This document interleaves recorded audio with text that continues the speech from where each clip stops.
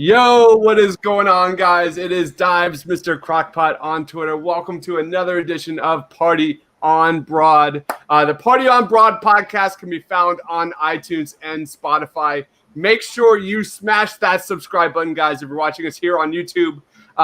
Let's talk about the Sixers game. The Sixers were on a 4-game losing streak in Orlando. The last time they won there was in March 2018.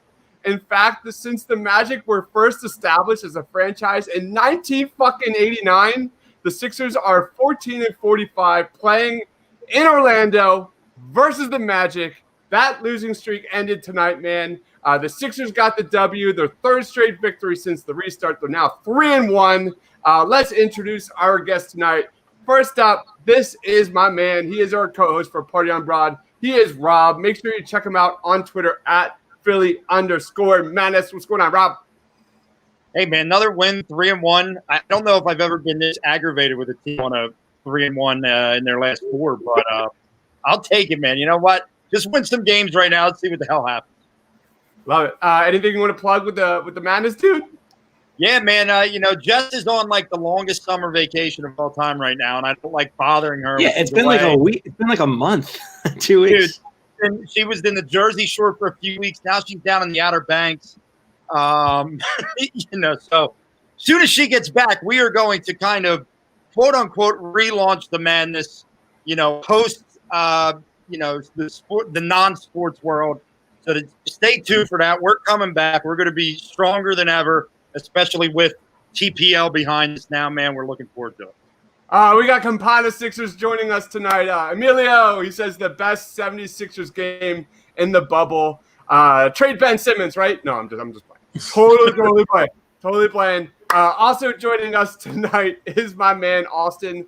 He is the host of the Feed to Embiid podcast with Brock Landis. Check them out on Twitter at the Feed to Embiid. What up, Austin? Not much. Just a long day at work. Couple beers in. So happy to get this podcast underway, and then I'm covering a game on Sunday, so I'll be live from the Zoom. So it'll be more fun. Love it. Make sure you follow Austin on Twitter at KrellTPL. And joining us today for the first time is my man Dylan. Check him out on Twitter at DylanJD98. He is the host of Faithful Fanatics podcast. Check them out on Twitter at Faithful Fans. What up, Dylan? Not much, man. Another Sixers dub and my first live stream with you guys. So I'm excited to be a part of TPL and to get rolling. All right. So today we are talking about the top takeaways, and we're going to do some player grades of this game. And how can you not start with Mr. Alec Burks? I'm calling it now, man. I'm calling this guy Alec Buckets, because that's what this guy is in terms of, getting buckets, instant offense off the bench. Alec Burks has absolutely done that. Let's look at his stat line. 28 minutes, 22 points, plus 12, 3 for 7 from the 3. Like, this guy has been automatic since the restart from beyond the arc. Rob, what was your take on Alec Burks, man? Well, look, when they traded for him, this was what you were hoping for with this guy, that he was going to be the microwave off the bench. Listen, and maybe they keep him there, but you never know with the way they're going to move things around now with, no Ben Simmons for, I'm sure the medical staff will alert us in about 8 weeks that he'll be gone for another 6 or something like that. But now, listen, this is what you want to see from Alec Burks. I am thrilled that Brett Brown seems to be understanding, even though it took him till now, that Alec Burks needs to play. He is the microwave. He's the guy to get you out of the cold streak. And you saw that tonight. I mean, a couple times where they were struggling, it was Alec Burks who turned things around for him. Oh, man, you saw it from the jump, dude. This guy was handling the ball off the bench from the first quarter. At one point, he was like just lights out, like 6 or 7 from 3, and it just kept going. Austin, what was your take on Alec Burks tonight? What does this mean for Alec Burks moving forward and the Sixers? So for me, it was refreshing to see a ball handler actually like off of a screen, right? Take a line drive to the basket and like actually go hard to the rim and not like dance around and dribble on the perimeter idly and aimlessly and waste valuable moments and free space in the possession like Josh, like Shake will do sometimes. And I thought that he decided it was refreshing to see a guard for the Sixers have some sort of like dribble penetration instead of being the ones that always get this is going to sound weird no matter how I say it, but get dribble penetrated on, I guess. But you know, it really put pressure on the Magic interior, and that really opened things up a lot for the Sixers offensively tonight. What about you, Dylan? Any quick takes on Mr. Burks? I mean, like Rob said, I mean, this is what you went out and got him for at the deadline with GR3. And, like, J. Rich can do it a little bit. Toby can do it a little bit in isolation. Alec Burks is probably the only other guy who can create his own shot for the Sixers. Mm-hmm. And, you know, like Rob said, I don't know why it's taking so long for Brett to get this through his rock of a brain, but maybe he's finally starting to see that Alec Burks needs to play. And at first I was hesitant because we know Brett Brown and still wasn't sold that he was going to get through his head. But then when he had Alec Burks close out the game instead of Shake Milton, that kind of spoke to me a little bit. So I think you're going to see a lot more Alec Burks going forward. Austin says Alec Buckets is the people think Jimmy Butler was. Man, having a guy like Alec Burks, an actual real-life Sixers backcourt player that can score off the dribble, pull up. I mean, it's just wild, man. I don't think I've ever seen it. Is Josh Richardson going to hit a three at some point or a jump shot? Or I don't know. I'm probably being really hard on the guy, but I just feel like every time he shoots, I have zero faith going in. You're not being hard enough. He's abhorrent right now. He's horrible. Yeah. I mean, he's not finishing anymore. He's not getting into the heart of the lane. It's tough to watch for him right now. Yeah. And his defense is suspect. His defense is not at all what it was when he was in Miami. Like the fact that you only got him back in the Butler trade was absurd. You should have demanded Tyler Hero or Duncan Robinson back in that trade. Yeah. I mean, he's the only thing. Imagine how good Duncan Robinson would be in this offense. Yeah, he probably would have regressed and forgot how to shoot a jump shot. Yeah, man. What's the deal with Jay Rich, man? That guy, everyone you keep seeing all over Twitter, love his defensive intensity, defensive effort, but man, it's just not there for me. It's this guy. Clearly, Brett is keeping him in the game. I thought they should have kept Matisse Thybulle in this game in that fourth quarter, and you saw a clear difference in defensive intensity when Matisse was in this game. That was my number 2 take. I really, really liked what I saw from Matisse. Similar to Alec Burks, let this dude play. Matisse Thybulle only had 2 points in 21 minutes, but this guy was just all over the court, especially in that fourth quarter. And if you're going to get an absolute 0 from Josh Richardson in that, on offense, throw in Matisse. I mean, that's what Matisse is. At least it gives you defensive versatility. At least you're going to be able to shut down someone on offense. I mean, this guy was all over Terrence Ross in that second half. It was great. At one point, Terrence Ross was like 0 for 9 from the floor. That never happens. Never happens against the Sixers. That was he finished 0 of 10 from the field. So locking down Terrence Ross was absolutely paramount for the Sixers team. He's burned them a lot in the past. He's a really athletic, a two-way player who can clear off the dribble. He's also a good shooter. But tonight he was, he's also, one of those, hot hand guys. And tonight was a very cold hand. He was dipping it in some ice water. Dylan, what's your take on Matisse, and where do you see his minutes as they get ready for the playoffs, dude? Well, again, the question to me is Brett Brown, because to me, Matisse should play a lot more.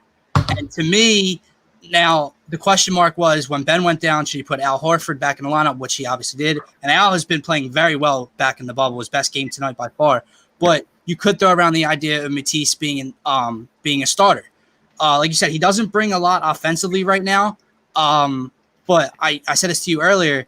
If you're going to have any chance of competing in a series with Boston or Miami, especially Boston with those 2 wing players of Jaylen Brown and Jason Tatum, you're going to need Matisse to guard one of those guys, especially with no Ben Simmons. So to me, Matisse's minutes should be in that, 20 to 25, 26 minute range.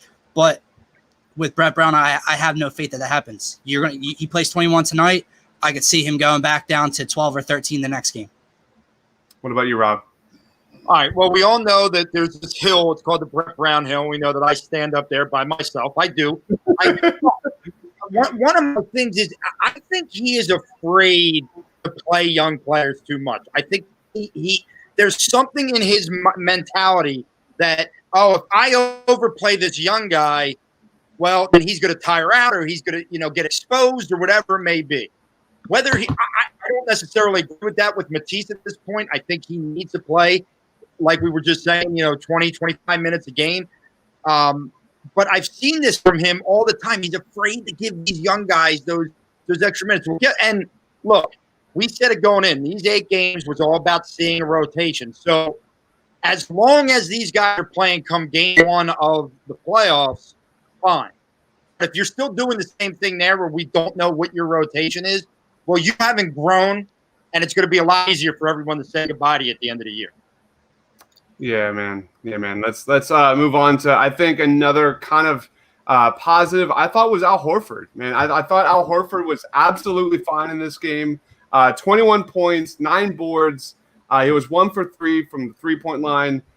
He had 5 offensive rebounds, and that kind of leads into Tobias with the offensive rebounds, because the honest truth, man, if the Sixers are out rebounding you offensively, if they're getting to the free throw line consistently, they're one of the best teams in the NBA, and that's what we saw tonight.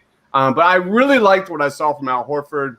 Austin, what's your take on Al Horford? This guy was clearly engaged. There's no Ben Simmons.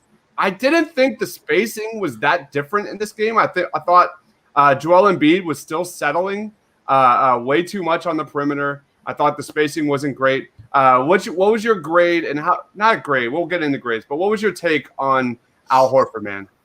Well, I think he looked a lot more spry tonight than he has, in the past.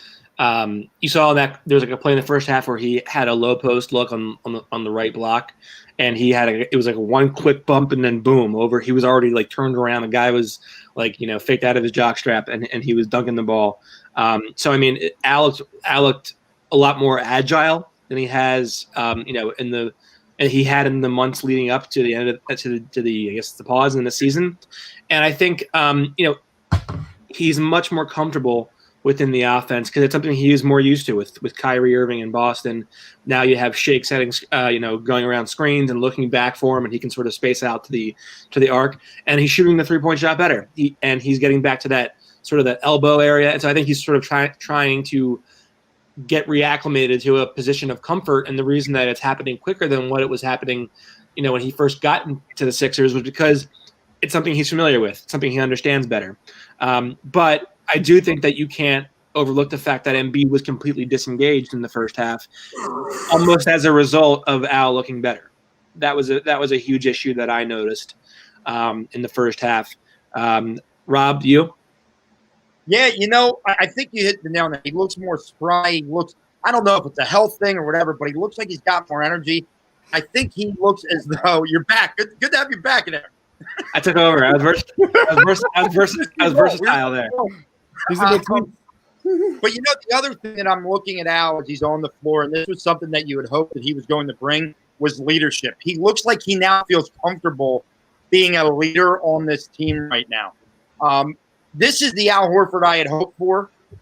Whether it's off the bench, in the starting lineup, he just looks like a leader. He looks comfortable. He looks ready to play. And if he's that, Al Horford could be a very good contributor to this team. He said all the right things after the game, talking about they have to figure out a new style of play without Ben Simmons. And I think he's going to take it on himself to be the guy that says, look, this is what we got to do to keep this thing moving forward. Dylan, did you touch on Al Horford? Did I miss that? No, but Rob basically said everything that was on my mind. This is the Al Horford that we expected last summer when we signed him, and all year people wanted him out of Philly, and he looked like he didn't know his role. And the conversation has been really, especially no Ben now, is the three of them, it didn't work. The spacing on the floor, and I know you said that the spacing didn't look different, and Embiid was still settling, but two of them it works. And like Rob said, if with no Ben, Al, if Al can get back to what he was in Boston, who was a Sixer killer, then I'm excited, and it gives me a little more hope than I had yesterday with the Ben Simmons news. Awesome. All right, let's touch on Joel Embiid, and then we'll get to player grades. I thought this guy was super sluggish, and by the way, it's probably his first slow game, off game since the restart. He had 23 points. Jesus, hold on one second. Jesus, 23. He had 15 points in 37 minutes. But I think pretty much all of that was like in that fourth quarter, man. This guy through 3 quarters was pretty much non-existent. I'm not going to knock this guy. This guy has been carrying the Sixers on his back, has been absolutely terrific. But he kind of got caught out a little bit by Draymond in this game. I thought that was one of the storylines of this game was seeing Draymond stop settling on the perimeter. When you shoot from the perimeter, when you shoot from 3, you are bailing out your defender every single time. Is that a problem for you, Rob? And is that something that's fixable before the playoffs start? It's a problem. And I've said, listen, I've gotten ripped because of how hard I can be on Joel Embiid. But, one play stuck out in the first half where he's got perfect inside position. And a guy just literally jogs around him and gets an offensive rebound because he was not engaged at all. We understand, Joe, that you can be the most dominant big in the league. So do it all the time. This 3-quarter sluggish nonsense doesn't work if you want to be a superstar. If you want to be the superstar, then guess what? He should be able to take criticism like this. He's been great for the last 2 games prior to tonight. Yeah, he was great in the fourth quarter, but that doesn't mean we can't bring up these things. And he has to change it. There's no Ben Simmons out there now.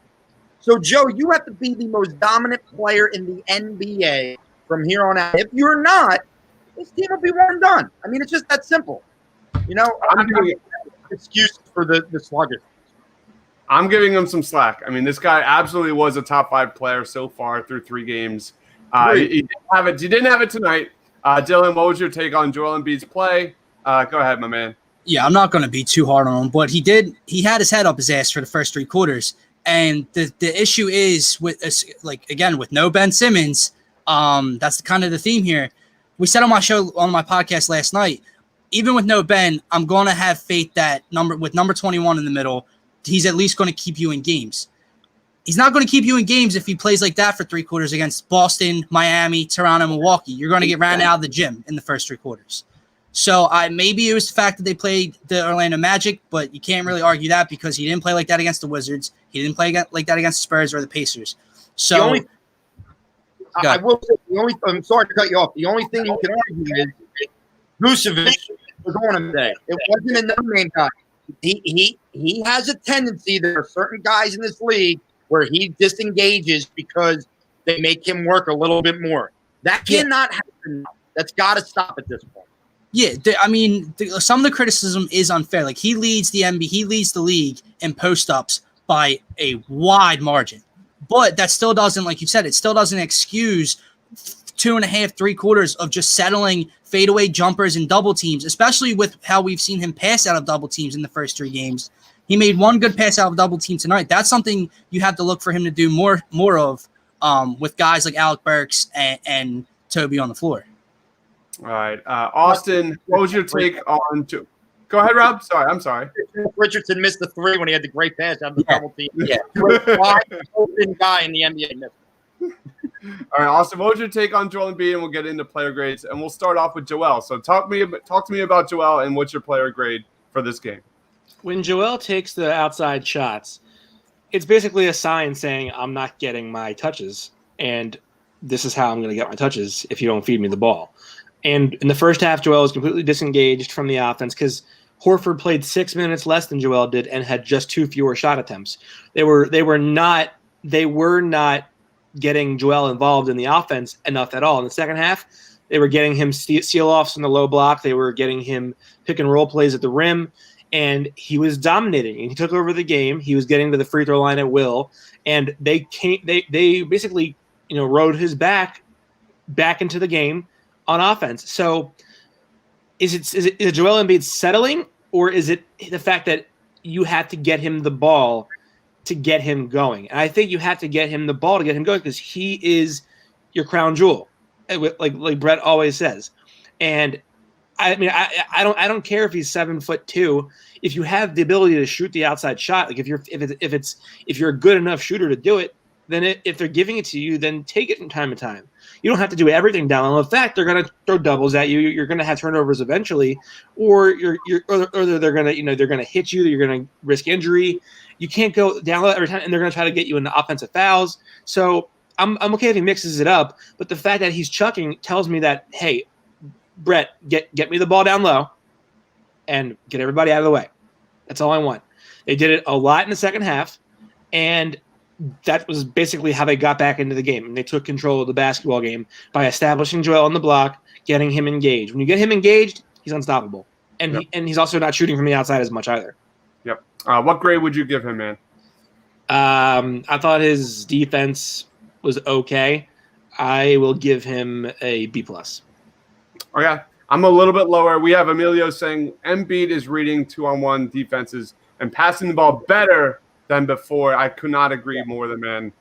Make sure you check out Campana Sixers. Such a great podcast. I'm way lower than you, man. I would probably be in that like B- range for Joel Embiid. I just need more. I kind of agree with Rob. Like, this is it, man. Everyone here, Sixers fans here, think that Joel Embiid can be a top 10 player, a top 5 player. The time is now. There's no taking 3 quarters off in a basketball game. Took 2 quarters off. All right, fine too. All right, and I would probably be in that B- range. What about you, Dylan? I'll give him a B-. I think, I don't know, Joel Embiid getting a B- when he's putting up 23 and 13 on 7 of 18 shooting is a pretty good night, especially when he turns on the switch like that in the fourth quarter and the Sixers go 3-1 in the bubble so far. But I think to Austin's point, like when he wasn't getting enough touches and he was kind of saying, hey, Brett, give me the ball in the post. I don't know if it was Brett's doing or just how the flow of the game was going, but Tobias Harris took a majority of the shots in the first half, and he was awful in the first half. He was 3 of 13, 2 of 11 and at one point he had 5 or 6 more shots than Joel Embiid. I don't know if was Brett's plan or if that's just how the game was going, but I think that contributed a lot to Joel not getting his touches in the beginning. But I'll give him. I was leaning a C+ a little bit, but I'll give him a B-. Rob. Yeah, I'll give him a B-. And look, and this is maybe from being a coach to a certain extent, obviously at a much lower level, that if a player needs to get touches, then that player should demand the ball, not sulk and take off a quarter or 2. I agree with Austin. He needs the ball in his hands. Whether it's the players not getting it to him, whether it's Brett, something needs to change. But he needs to get his ass in somebody's face and demand the ball. It's okay. It's okay to be a prick when you're the best player on your team. It truly is. And I almost would be happier seeing that than seeing the sulking, but he gets a B- because even on an off day, he puts up a stat line like he did today, and he dominates the game offensively in the fourth quarter when they needed him to. I just want to see it all the time. And I know that's a lot to ask, but damn it, without Ben, that's what we're asking now. Yep. All right, let's move on to Tobias Harris. He kind of started out slow. Dylan, my man, you touched on it. Just offensively, it wasn't happening. Offensively on the glass, he was crushing it. That's where most of his impact was coming. I don't know about you guys, but I couldn't breathe when you saw him have that putback and you saw him twist his ankle. And it just, for how shitty the luck has been for pretty much all of Philadelphia sports, man, I was just like, not another one, not another. But luckily he was fine. Tobias Harris finished with 23 points, 15 boards, plus 15. I mean, this guy, what more can you say about Tobias Harris? Coming into this game, 24 points a game, 39% from 3 through 3 games. So, I mean, this guy has been everything. I need him to be more efficient on offense, obviously. But I can't ask for more from Tobias Harris. What do you shoot from 3? He shot 2 of 5. 2 of 5. I'm going A. I'm going straight up A. But if Tobias Harris is giving you that on a nightly basis, I'm good with that. What about you, Rob? What's your quick take on Tobias Harris? I'm going to give him probably an A-. Listen, it's a common theme tonight for all of us. this is what we wanted to see out of Tobias Harris when he came here, right? Like these last 3 games, he has been that second, third primary scorer on this team, and that's what we want to get out of him. I need a little bit more efficiency. Early off, everything was short. It just seemed like he couldn't knock anything down. He picked it up. He's back in the 20s again. He's a pivotal part of this offense now. I'm going to give him an A- just because of that slow start. But I've been very, very happy with seeing with Tobias from a play standpoint and a leadership standpoint throughout this whole pandemic. Dylan. I'll give him a B+ only because he would get an A. But I think what was really impressive, like you mentioned, 15 rebounds. A lot of them came on the offensive glass, and he got a lot of easy putbacks. And I think he once he saw the ball go through the net a couple times, he shot himself out of it. It wasn't anything pretty. He was 2 of 5, but he was 40% from 3. I think he was 5 for 7 from the free throw line, 8 of 21 from the field. So can't really complain with Tobias Harris tonight. Austin. I would like him to be a little more efficient, although I think he gets hit so much in the paint when he's on the rim and doesn't get calls because he's not like a superstar. But I think what I wasn't like calling my eyes out was when he was catching the ball weak side and then waiting for a defender to come over and close out recklessly, and then he's bursting off the line and getting to the middle of that lane and making a play or laying it up, and then did a lot of that tonight, and it was really good to see. All right, let's go on to Josh Richardson, man.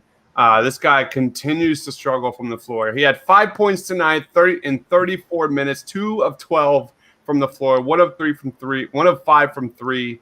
He did have 2 personal fouls, no turnovers. He did have a steal. Oh, my God. I mean, how can you not give this guy an F? I just don't know.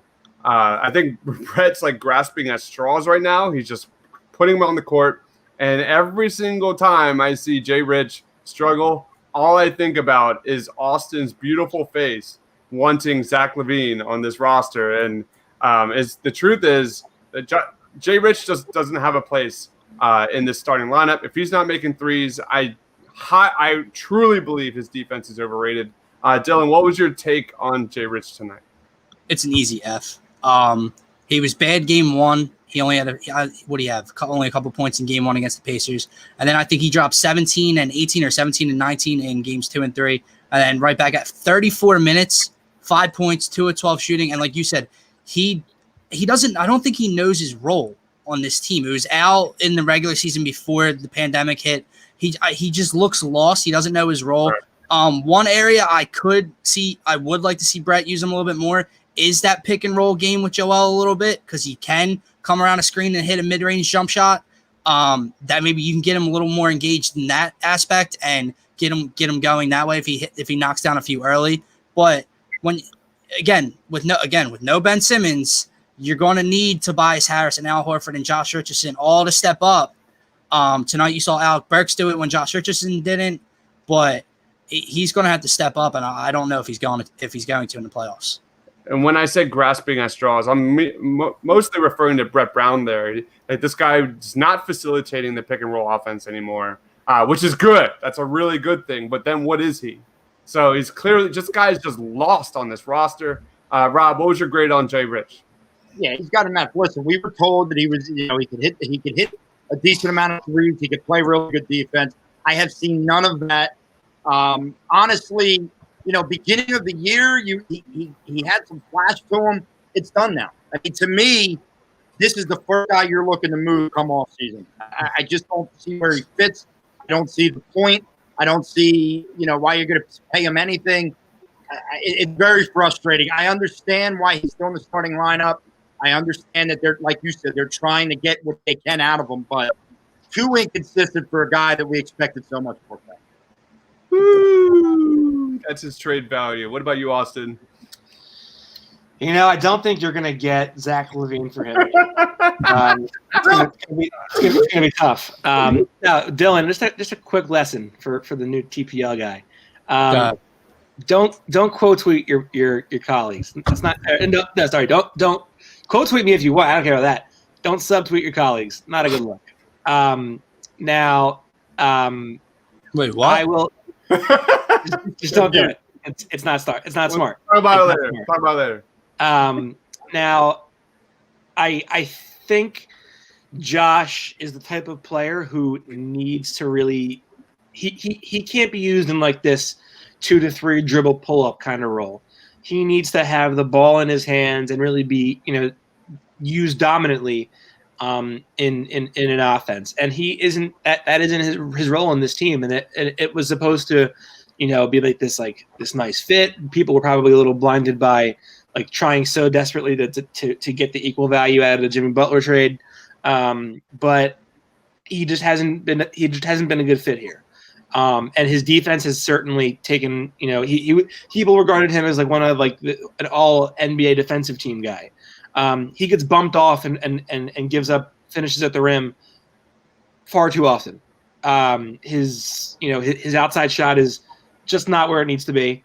He was used to get in the middle of the lane and making these little mid-range shots so effectively in the course of the season. I mean, he even carried them to a victory against the Celtics without Ben Simmons earlier in the year because of that confidence and that mid-range game that he has. And it just dissipated. And if he isn't getting on those shots and he's not really cutting, he's not really getting into the paint, what's his value? I don't think he'll be here past this season. All right, let's move on to Shake Milton. 6 points. He only had 5 field goal attempts in 25 minutes. But I think it was a career high 8 assists for Shake Milton. One turnover. One turnover from Shake Milton, I think, is not the 8 assists, but it's the one turnover from Shake Milton. In fact, when you look at the point guard play between Burks and Shake Milton, man, 2 turnovers in the backcourt for the Sixers. That's major, man. If they can bring that kind of level of play and control the basketball and the tempo, that is major. What grade would I give Shake? I think I would give him a solid B+. If that guy can play within his game, that is so. We saw him. He looked like a deer in headlights early in the restart. That is what I want to see. We saw a couple of spin moves. Not a couple. I think we saw one spin move from Shake that was beautiful. We saw him smirk. I think the confidence is coming back. I like what I saw from Shake. I think B+ range. What about you, Dylan? I'll give him a B-. Like you said, the 1 turnover is big. The 8 assists is a career high, but I need a little bit more from him offensively if he's going to have that starting job. Which is another reason that I think Alec Burks took over at the end of the game in place of Shake Milton. Yeah, can't complain. He didn't have a bad day. He only took 5 shots, but I need him to be a little more engaged in the offense. That's not like creating for his teammates with 8 assists, but I think I need more than 5 shot attempts. Rob. If the point guard position on the 76ers is not drawing attention to itself in a negative light, it's a win. Okay, if TJ McConnell is not burning you all day, it's a win. So therefore, yes, it wasn't flashy. Yes, it wasn't the numbers you might want, but Shake Milton's performance ends up being a win for me tonight just because he didn't hurt you. And that was key. Do I want to see more offense? Absolutely. But I'll give him a solid B because it wasn't like we were hurt. There was only 1 turnover, and there was no little TJ McConnell running by him all night long in the first game of the bubble. Painful game, man. That we did a post-game show on that. Remember that, Austin? That was brutal show. What about you, Austin? So I think with Ben Simmons out, Brett's plan is going to be to sort of figure out who the hot hand is and then ride that hot hand.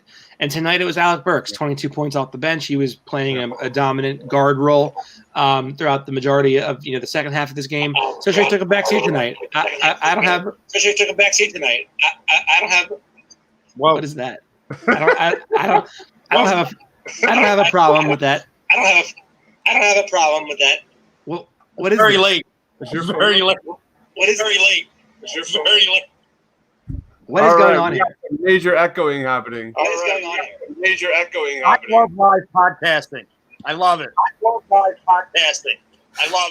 This is why I need to hire a producer. Anyone close your browser tab. Close your browser tab. Everyone good? Everyone's good. Oh my God! What is happening? All right. All right. All right. This is someone. Is it this is someone good. have a scene on? Or the YouTube channel on? Or something? This is good content. This is great content. I have not touched anything. So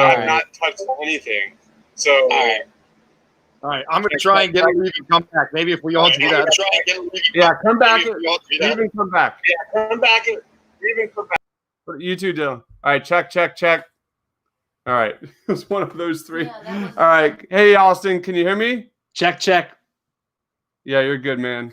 That was weird. I don't know what the hell just happened there. That was wild. This is great. This is great. Our numbers have actually gone up since they all came in. This is real life, man. This is real Better? life. Yeah, sounds good on my end. I don't hear any echo. It was just delayed. Langy. It was Langy. No way. No. All right. We're back. All right, let's piggyback off of Shake Milton and talk about Alec Burks because that's like the main storyline of this game, I think. And I get the finish. All right, go ahead, Austin. What's your finish? What's your last? Hell. So I thought with Shake, I'm looking for with him is the turnovers. Can he keep the ball in his hand? Can he control it? Is he getting dogged by on-ball defenders? Tonight he looked poised, under control, wasn't turning the ball over, and it was really it was something that if he's not going to score the ball a ton, just make the open shot when it comes to you, and just keep control of the rock. Now he's still getting torched defensively. Some of that's defensive strategy. Some of it is just he isn't bulky enough yet. So over the course of the next couple of off seasons, as he develops more, going to have to beef up that body. But for now, anything you can say positively about the point guard spot is a win. I think Rob's right. Grade. Oh, for Shake, A-. Woo! Love it. All right, let's move on to Alec Burks because that was like the main storyline of this game. Alec Burks. Well, what was his stat line tonight? 22 points in 28 minutes. This guy was outstanding. Plus 12, the second highest plus minus. But he was just absolutely fantastic. Just shooting, creating spacing on the floor, pull up, facilitating the offense as a secondary ball handler. How can you not give this guy an A? I mean, this guy is just screaming to Brett Brown that he needs to play. He needs to play. I'm really interested in your take, Austin, about where this, how this kind of unfolds heading into the playoffs. Because does it depend on matchups? Does Brett Brown roll with the hot hand? Who gets more minutes between Shake and Alec Burks moving forward? Because I think that is probably what everyone's going to be talking about moving forward. Any take on that, Rob? Yeah, I think Brett's going to ride that hot hand, and maybe I'm just, the Brett lover, and I feel like he's going to do right by us this year. But I think it's going to be a game-to-game situation. Who's playing better? Who's playing well? Who is providing you with what you need for that specific game? But I do believe that Alec Burks is going to be that guy more times than not, and I'm hoping, I have hope and I have some optimism that you're going to see more Alec Burks now. You're starting. Hopefully, Brett, look, everybody's in a different situation with this Ben Simmons news, right? I mean, it's a totally different thing than any of us expected. Alec Burks is a guy that can, like we said, he's a microwave. And if he heats up, it can help this team when they go on those cold droughts, which are bound to happen to this team. They happen all the time. A++ for Alec Burks tonight, and I hope we get to see a lot more of it going forward. Dylan. Easy A+, 22 points off the bench. I'm not as optimistic as Rob is with Brett Brown. It's too good to be true. It really is. And when it seems like he's finally got it figured out, old Neto's going to be back getting minutes in the next game or something. No, I'm kidding. I mean, if Alec Burks, what do you average in Golden State? 17, 18, 19 points, somewhere around there. He's a walking 16. He's a walking bucket. And I think you saw that. What was he? 8 of 15, 3 of 7 from 3. Yeah, I agree, though. I think Brett's going to, if he's smart, he's going to ride the hot hand. I don't care about matchups offensively. If he's dropping 22 and Shake's only getting 5 looks, you have to ride with Alec Burks. Awesome. I mean, obviously, the better producer is Alec Burks, obviously. Does Raul Neto organize the offense and sort of put it on, a nicer platter? That's you can sort of discern the different foods on it. Yeah, I guess. Do I think Brett Brown should ride the hot hand? There's no question about it. At the end of the day, this is about winning basketball games. You put the players on the court on any given day who are going to help you with a basketball game when your best player is when your second best player is injured. And I also think that there's sort of an incentive there if Brett is to stay another year, which I don't think he will. But if he is to be here another season, if you don't play Howell Neto, he can't possibly do anything good, and his market value can't go up anymore. So you can resign him cheap and bring him back as a backup point guard. So, if you're looking for cheap contracts, he could be an option there to bring back again next year. So my guess is that we probably don't see, much Neto anymore, especially if Burks continues to score at that level. Burks is abhorrent defensively. He was horrible tonight, just overplaying help matchups, not getting back to shooters in time, putting lazy closeouts on guys. And they were missing Shirley out of bad luck as opposed to him making them miss. But I thought, if he's going to give you that kind of offensive production, you can't not play him. All right. Game 1 of the NBA playoffs. Rob, are you starting Shake Milton or are you starting Alec Burks? I'm going to start Shake Milton, and not because I think he's more productive, but I like having points off the bench. This is something this team has lacked year in, year out. I love the idea of if things aren't going well and you go to the bench and you get that little spurt from the bench. Doesn't mean, once again, in the NBA, doesn't mean if you don't start that you can't finish. Alec, you saw it tonight, right? Alec Burks can still finish the game and knock down that bucket late. I would rather you start Shake, play Alec off the bench, and let him be your spark. Well said, man. What about you, Dylan? I agree. I would divide it up. But I wouldn't have him starting, but he damn sure be my sixth man and not Furkan Korkmaz. Oh my God. Austin. Yeah, I agree with Rob. You have to bring him off the bench. And the reason for that is look at the best teams in the league. The Clippers, the Bucks, the Raptors, the Lakers to a lesser extent, but they're also, not your typical great team in the league. They all have one of their best scorers is coming off the bench. Like Lou Williams and Montrezl Harrell come off the bench for the Clippers. The Bucks have a bunch of guys off the bench who could fill it up. The Raptors have Norman Powell and a bunch of other guys that can score off the bench. You need to have the best teams are going to have one of their better scorers coming off the bench because you need to supplant that offense when the starters are out. And I think he does that, and that's why I think you have to bring Shake in to start and bring Burks off the bench to sort of alleviate some of that stress. Do or die, live or die. With me, it's Shake. You got to start Shake. This is about the long-term play for me, even though I'm probably going to get killed for that. This is all about building around Ben and Joel, and you have to live and die with the growing pains of Shake Milton at point guard. I'm absolutely still on board with starting Shake Milton. I love what you guys said about Alec Burks and providing offense off the bench. That's something the Sixers have desperately lacked. We saw Mike Scott today come off the bench. Oof, oh my God, that's a sight for sore eyes. Someone put this out there, and I don't know if it was in our group chat or I saw – the minute the Hive was created was the minute Mike Scott became worthless. He has not been good since the Hive was created. He's also making $9.8 million, which is a fucking disaster of epic proportions. Wow. All right, let's move on. Let's wrap this up, guys, with Matisse. I really liked Matisse's play. We already talked about him. He only had 2 points in 21 minutes, but I loved his energy.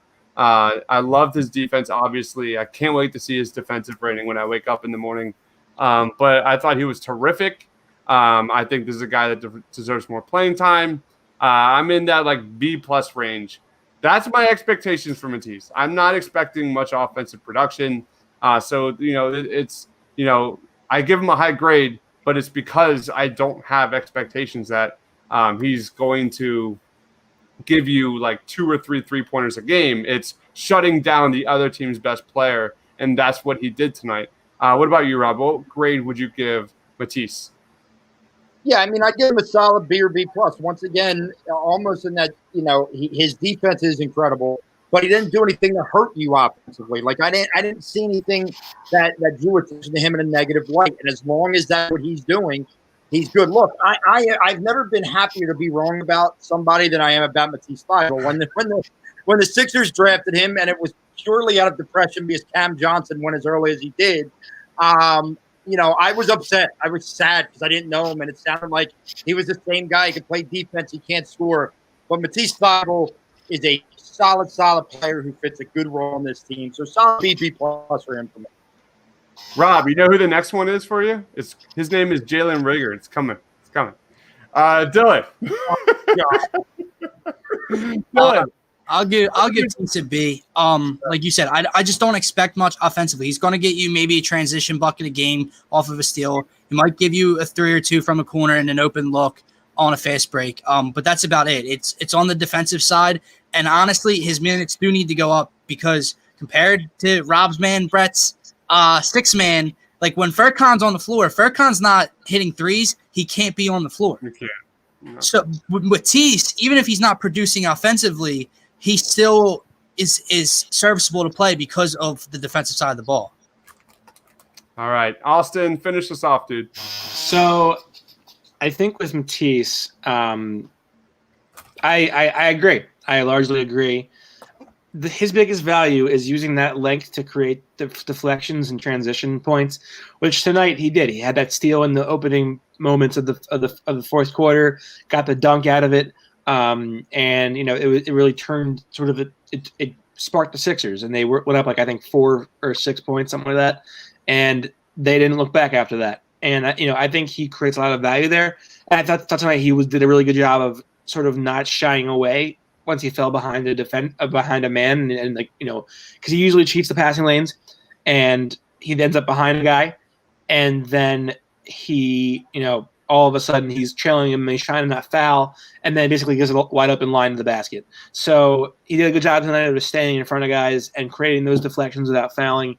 Anything he can give you on offense is an added bonus for me. He really can't dribble the ball, can't shoot the ball, and he would look really, really, really good in a Bulls uniform with Josh Richardson. Oh man! All right, Rob. What do you want to plug? And we're gonna wrap this up, man. I'm going to do a family plug. I want to wish a happy birthday to my grandfather this weekend, who is turning 90. And as I end this, I'm going to be up till about 2 a.m. tonight and 2 a.m. tomorrow, putting together a nice little presentation for him. So hopefully he doesn't watch this before then. It's supposed to be a surprise, and I might have just ruined it.